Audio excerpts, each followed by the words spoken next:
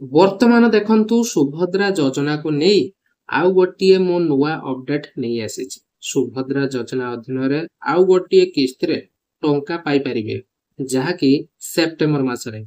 କୋଉମାନେ ପାଇପାରିବେ, କୋଉମାନଙ୍କୁ ଏଇ ସେପ୍ଟେମ୍ବର ମାସରେ ସୁଭଦ୍ରା ଯୋଜନା ଅଧୀନରେ ଆଉ ଗୋଟିଏ କିସ୍ତିର ଟଙ୍କା ଦିଆଯିବ, ଏନେଇ କଣ ଅପଡେଟ ରହିଛି ଆପଣମାନଙ୍କୁ ମୁଁ ଏଇ ଭିଡିଓ ମାଧ୍ୟମରେ ପୁରା ଡିଟେଲ୍ସ ଜଣାଇଦେବି, ଯାହାକି ଆପଣମାନେ ଏହି ଭିଡିଓକୁ ଶେଷ ପର୍ଯ୍ୟନ୍ତ ଦେଖିଲା ପରେ ସେ ନେଇ ପୁରା ଡିଟେଲ୍ସ ଜାଣିପାରିବେ।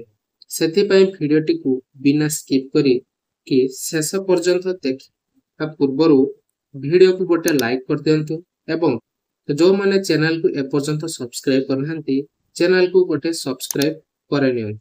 ତ ଦେଖନ୍ତୁ, ଆପଣମାନେ ସମସ୍ତେ ଜାଣିଛନ୍ତି ଯେ ସରକାରଙ୍କ ତରଫରୁ ଅଗଷ୍ଟ ମାସ 9 ତାରିଖ ପବିତ୍ର ରାକ୍ଷୀ ପୂର୍ଣ୍ଣିମା ଅବସରରେ ସୁଭଦ୍ରା ଯୋଜନାର ତୃତୀୟ କିସ୍ତିର ଟଙ୍କାଟି ଦିଆଗଲା।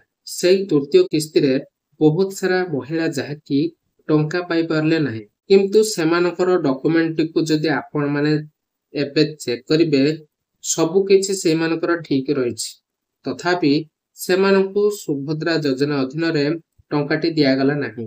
ତା ସହିତ ଦେଖନ୍ତୁ, କିଛି ମହିଳାଙ୍କୁ କୌଣସି ତ୍ରୁଟି କାରଣରୁ ସରକାରଙ୍କ ତରଫରୁ ଟଙ୍କାଟି ବା ଦିଆଯାଇ ନାହିଁ। ତା ସହିତ ଉପମୁଖ୍ୟମନ୍ତ୍ରୀ ପ୍ରଭାତ ପରିଡା ଘୋଷଣା କଲେ ଯେ ସେମାନଙ୍କର କିଛି ତ୍ରୁଟି ରହିଛି, ଯାହା ଫଳରେ ସେମାନଙ୍କୁ ସୁଭଦ୍ରା ଯୋଜନାର ଟଙ୍କାଟି ପ୍ରଦାନ କରାଗଲା ନାହିଁ ବା ଦିଆଗଲା ନାହିଁ। ତ କଣ ତ୍ରୁଟି ରହିଛି ନା, ତ ସେଟା ସିଧାସଳଖ ସେ ଘୋଷଣା କରିସାରିଛନ୍ତି। ତ ଏଇ ଅଗଷ୍ଟ 9 ପରେ ଯୋଉମାନଙ୍କର ପ୍ରଥମ କିସ୍ତି ବା ଦ୍ୱିତୀୟ କିସ୍ତିର ଟଙ୍କା ପାଇନାହାନ୍ତି ସେମାନଙ୍କ ଡକୁମେଣ୍ଟ ଭେରିଫାଇ କରାଯିବ। ତ କୋଉମାନଙ୍କ ମାଧ୍ୟମରେ ଭେରିଫାଇ କରାଯିବ ତାହା ମୁଁ ଡିଟେଲ୍ସ କହିବି ଏ ଭିଡିଓ ମାଧ୍ୟମରେ। ତ କଣ ରହିଛି ଅପଡେଟ ୟାର ମୁଁ ଜଣେଇ ଦଉଛି।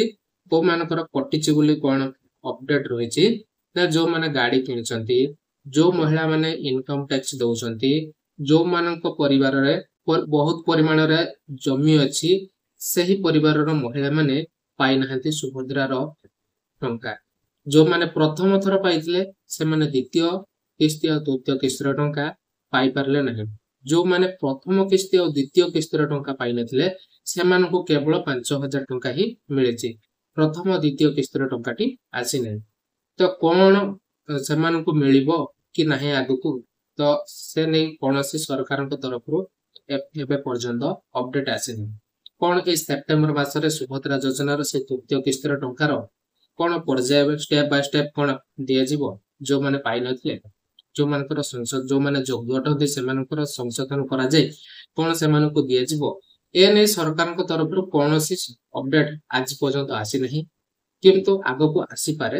ଯୋଉମାନଙ୍କର ତ୍ରୁଟି ରହିଛି ସେମାନେ ଇଲିଜିବୁଲ ଅଟନ୍ତି, କିନ୍ତୁ ସେମାନଙ୍କ ନାଁରେ ମିଛରେ ପଡିଛି କଣ ଇନକମ ଟ୍ୟାକ୍ସ ଦଉଛନ୍ତି, ସେମାନଙ୍କ ନାଁରେ ପଡିଛି ସରକାରୀ ଚାକିରି କରୁଛନ୍ତି, ସେମାନଙ୍କ ନାଁରେ ପଡିଛି କଣ ନା ବହୁଳ ମାତ୍ରାରେ ଜମି ଅଛି ତାଙ୍କ ନାଁରେ, ସେମାନଙ୍କ ନାଁରେ କଣ ରହିଛି ନା ସେମାନେ ଗାଡି କିଣିଛନ୍ତି। ତ ଗାଇଜ ଆପଣ ବ୍ୟସ୍ତ ହବାର ନାହିଁ, ସରକାରଙ୍କ ତରଫରୁ ଯୋଉ ସର୍ଭେଟି ହବ, କୋଉମାନେ ସର୍ଭେ କରିବେ ନା ଆପଣଙ୍କ ଏରିଆର ବା ଆପଣଙ୍କ ଅଞ୍ଚଳର ଯୋଉ ଅଙ୍ଗନବାଡି ଦିଦି ଆପଣ ମାନେ ଜାଣିଥିବେ ସେମାନଙ୍କ ଥ୍ରୋରେ ଯୋଉ ସର୍ଭେଟି ହବାକୁ ଯାଉଛି ଆଗକୁ ସୁଭଦ୍ରା ଯୋଜନାକୁ ନେଇକି, ଯୋଉମାନେ ପାଇନାହାନ୍ତି ଟଙ୍କା, ତ ସେମାନେ ଯଦି ପ୍ରକୃତରେ ଯୋଗ୍ୟ ଅଟନ୍ତି ସେମାନଙ୍କର ଏଇ ସବୁ ଜିନିଷ ଯୋଉ ଗୁଡାକ କହିଲି ସେଇ ସବୁ ଜିନିଷ ଯଦି ସେମାନଙ୍କ ପାଖରେ ନଥିବ ତାହେଲେ ସୁଭଦ୍ରା ଟଙ୍କା ସେମାନେ ପାଇପାରିବେ, ସେମାନେ ଇଲିଜିବୁଲ ଅଟନ୍ତି ଆଉ ସେମାନେ ପାଇପାରିବେ।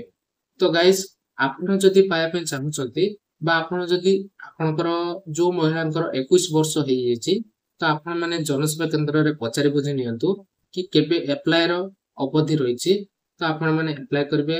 ଆଉ ଯୋଉ ପର କିସ୍ତି ରହିଛି ତ ସେଇ କିସ୍ତିରେ ଆପଣ ମାନେ ପାଇପାରିବେ ଟଙ୍କା, ଯୋଉ ମହିଳା ମାନଙ୍କର 21 ବର୍ଷ ହେଇଯାଇଛି।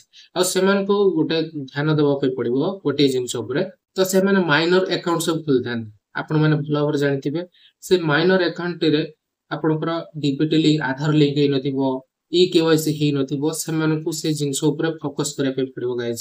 ତ ଆପଣ ମାନେ ଜାଣି ରଖନ୍ତୁ, ଆପଣଙ୍କ ଘରେ ଯଦି କେହି ଜଣେ ମହିଳା ଅଛନ୍ତି ବା ଆପଣଙ୍କର ଭଉଣୀ ଅଛନ୍ତି 21 ବର୍ଷ ହେଇଯାଇଛି, ସେମାନେ ମାଇନର ଆକାଉଣ୍ଟ ବା ଛୋଟ ବେଳର ଆକାଉଣ୍ଟ ଯୋଉ ଖୋଲିଥିଲେ ସେମାନଙ୍କୁ ଜଣେଇ ଦିଅନ୍ତୁ ବା ସେମାନଙ୍କୁ ବଡ ବ୍ୟାଙ୍କରେ ଟ୍ରାନ୍ସଫର କରି ଦିଅନ୍ତୁ, ବା ସେଇ ଛୋଟ ବ୍ୟାଙ୍କରେ ରହିଥାଉ ବରଂ ଆପଣ ମାନେ କଣ କରିବେ ନା ଆପଣଙ୍କର ଯୋଉ ବ୍ୟାଙ୍କ ଗୁଡିକ ରହିଛି से बैंक रे से जो खाता रे खुलिचंती से खाता रे आपण कोन करबे ना ई केवाईसी प्रथम तो करे नेबे आ तापर डीबीटी लिंक करे देबे जो आधार लिंक न थाए से मानकर जहा फल के से मानकर पैसा एना दान करिबारे असुविधा होता है। तो से प्रति मु रिक्वेस्ट करिबे आपण समस्त को ये वीडियो बहुत इंपोर्टेंट अटे आ आपण को यही सब काम करला परे आपण माने सरकार तरफ जो सुभद्रा टंका आपण को मिलुची तो आपण माने अनवरत पाई चलथिबे।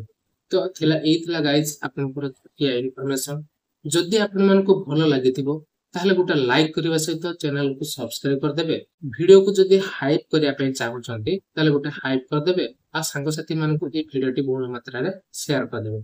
तो रहिलु आगामी अध्याय देखा हबो। तो नमस्कार, जय जगन्नाथ।